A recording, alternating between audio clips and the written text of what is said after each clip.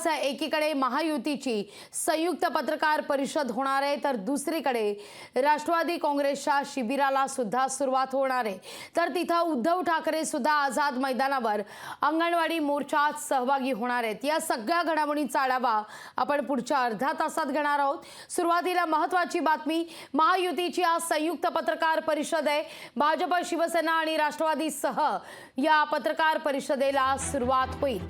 सकाळी बरोबर 10 वाजता या पत्रकार परिषदेला सुरुवात होणार आहे। चंद्रशेखर बावनकुळे, सुनील तटकरे, दादा भुसे, आशिष शेलार यांच्या उपस्थितीत या पत्रकार परिषदेला सुरुवात होईल। याच विषयी अधिक माहिती घेऊया, थेट जाऊया आपले प्रतिनिधी स्वप्नील जाधव यांच्याकडे।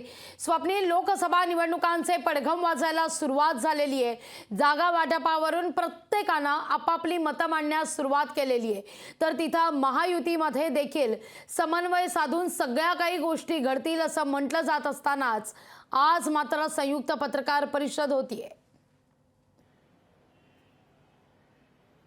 नक्कीच लागवी, महायुती एकूणच लोकसभा निवडणूक असेल, विधानसभा निवडणूक असेल, एकत्रित लढणार आहे। त्यामुळे महायुतीकडून तयारीला सुरुवात झालेली आहे। सुरुवाती आणि आता समोर एक मुद्दा सुद्धा आहे, तो म्हणजे राम मंदिराचं उद्घाटन असेल, असे विविध कार्यक्रम हे राज्यामध्ये या ठिकाणी आयोजित करण्यात आलेले आहेत। आणि या संदर्भात आज माहिती या महायुतीच्या पत्रकार परिषदेतून देण्यात येईल। एकूणच महायुतीमध्ये जे तिन्ही घटक पक्ष आहेत, या तिन्ही घटक पक्षांचे प्रतिनिधी असतील, मग चंद्रशेखर बावनकुळे, सुनील तटकरे आहेत, धनंजय मुंडे असतील, आशिष शेलार सुद्धा आहेत या ठिकाणी। हे सर्वच या ठिकाणी फार महत्त्वाची माहिती देणार आहेत। एकूणच लोकसभा निवडणुकीसंदर्भात कोणती माहिती देतात याकडे सर्वांचं लक्ष लागलेलं आहे, कारण लोकसभा निवडणुकीवरून सुद्धा आणि लोकसभा मतदारसंघांवरून अनेक चर्चा सुरू आहेत, जागा वाटपासंदर्भात चर्चा सुरू आहेत। याबद्दल कुठेतरी आज शंका आहे, ती त्या शंकेचं निरसन हे राज्यातील जनतेचं होईल असं एकंदरीत वातावरण आहे। आणि नक्कीच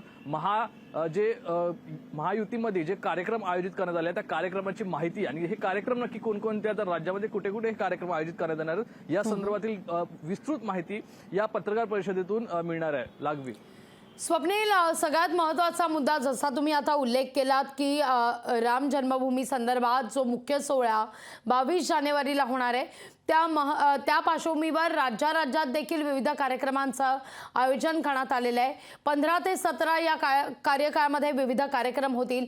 त्या अनुषंगानं या संयुक्त पत्रकार परिषदेतून काही घोषणा केली जाण्याची शक्यता आहे का? आणि दुसरा सगळ्यात महत्त्वाचा मुद्दा म्हणजे का राधाकृष्ण विखे पाटलांचं जे वक्तव्य समोर आलेलं होतं की महायुतीचा उमेदवार हा दिल्लीतून ठरणार आहे, याविषयी देखील काही विधान होण्याची शक्यता नाकारता येत नाहीये। नक्कीच लागवी, या संदर्भात सुद्धा प्रश्न हे महायुती समोर येतील। आज पत्रकार परिषदेमध्ये सुद्धा हे विचारले जातील आणि यावरती उत्तर अपेक्षित आहे। एकूणच महायुतीमधील जे जागा वाटपाचा फॉर्म्युला असेल तो नक्कीच दिल्लीतून ठरणार आहे, कारण सर्वच आपण जर बघितलं तर शिवसेना शिंदे गट आणि राष्ट्रवादी अजित पवार गट आणि भाजप यांच्यामध्ये नक्की उमेदवार कोण आणि या ठिकाणी सुद्धा धक्कातंत्र वापरण्यात येणार आहे। त्यामुळे या संदर्भात राज्यामध्ये आधी चर्चा करण्यात येणार आहे। राज्य पातळीवरती ही चर्चा झाल्यानंतर या संदर्भातील शिफारस प्रस्ताव आहे तो दिल्ली दरबारी जाईल आणि दिल्लीमध्ये सुद्धा यावरती चर्चा होऊन शिक्कामोर्तब होईल। त्यामुळे नक्कीच उमेदवारीचा सर्व जो फॉर्म्युला असेल आणि उमेदवार नक्की कोण कोण आहे हे नक्कीच दिल्लीमधूनच याकडे राज्यामध्ये सांगण्यात येणार आहे। त्याच पार्श्वभूमीवरती आपण अयोध्या संदर्भात जर विचार केला तर राम मंदिराचं उद्घाटन होतंय। प्रत्येक महायुतीचे जे घटक पक्ष आहेत, मित्र पक्ष आहेत, यांच्याकडून राज्य पातळीवरती, स्थानिक पातळीवरती कार्यक्रमाचं आयोजन करण्यात आलेलंच आहे। मात्र सरकारतर्फे, महायुतीतर्फे कोणकोणत्या कार्यक्रमाचं आयोजन करण्यात आलंय या संदर्भातील माहिती सुद्धा सांगण्यात येईल आणि याचं आरती असेल, सोहळे असतील, याचं सुद्धा आयोजन करण्यात आलं असल्याचं एकंदरीत चर्चा आहे। लागली, निश्चित। स्वप्नील, तुर्तास धन्यवाद, तुम्ही दिलेला एकूणच सविस्तर माहिती करता। लोकशाही मराठी ऐका, पहा, जागरूक रहा।